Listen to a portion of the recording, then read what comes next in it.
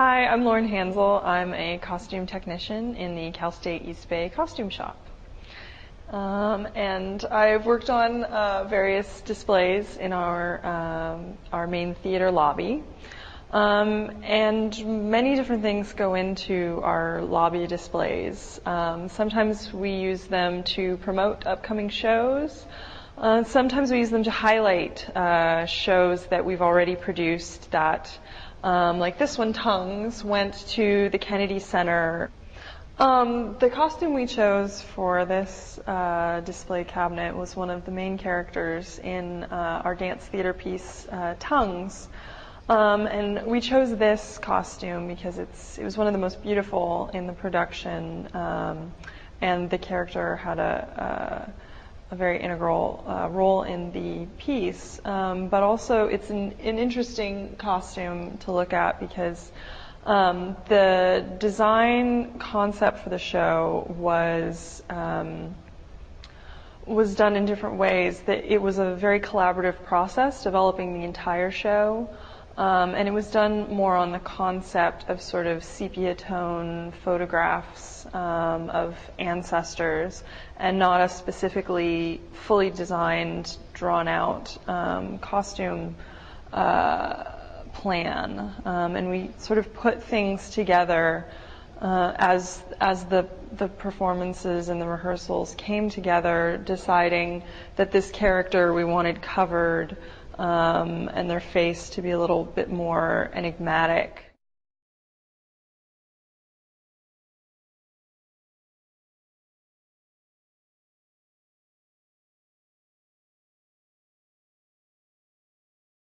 This is another example of a costume from Tongues, and it's sort of another nice example of how we pulled together there's actually a lot of vintage clothing in here, and newer things that we altered to have a sort of specific aesthetic. And then when we get ready to display a costume, everything has to be cleaned, and we then have to do a bit of repair work. This costume received a bit of a beating. There was a lot of dancing in the piece, so we had to do a bit of repair work on things to sort of make it presentable again. And that's like a common activity in the costume shop, is keeping things sort of going over the run of a show. There's a lot of maintenance work that has to go into the costumes, especially when they're dancing. The clothing, it's another thing we have to keep in mind when we're picking older costumes, is will it be able to stand up to the movement that'll be required. And sometimes things completely fall apart. We had some older costumes that literally just fell apart. But these held up very nicely and traveled quite a bit.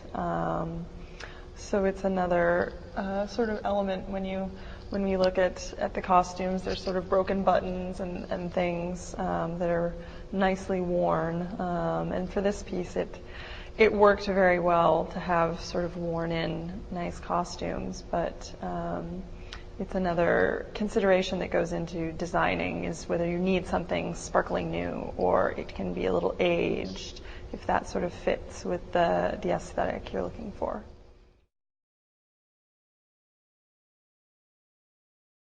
For display purposes, we have the costume on a mannequin. We use these mannequins for lots of different things in the costume shop. From sizing things, you can sort of throw costumes on a mannequin and see how they look, and sort of size things if you don't have an actor in. And then they work very nicely for displaying things as well. There's sort of different types. This one actually has full legs, and then there's other kinds that sort of have a skirt, or just sort of no legs. Most women's mannequins are kind of that style. But in men's mannequins, they quite often have legs. So you can have sort of a nice look at how pants looks.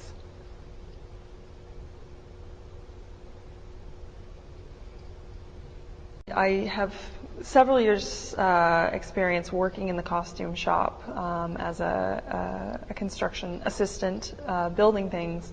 And then I'm an alumni of Cal State East Bay, and during that time I did a couple summer internships with it was then known as the San Francisco Performing Arts Library and Museum. It's now known as the Museum of Performance and Design.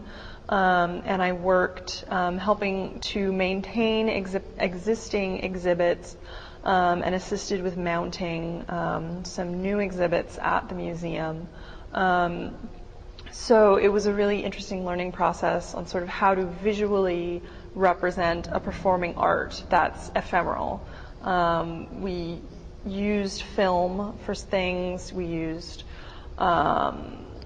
photographs, all sorts of different images. Costumes were always very integral because you can see, since it's something that's so personal to the performer, having a costume there, you can see the wear marks, you can see the sweat marks, you can see how big the person was. It's sort of a really good example, sort of the closest to having the performer there that you can get. So that's largely where my sort of display experience comes from.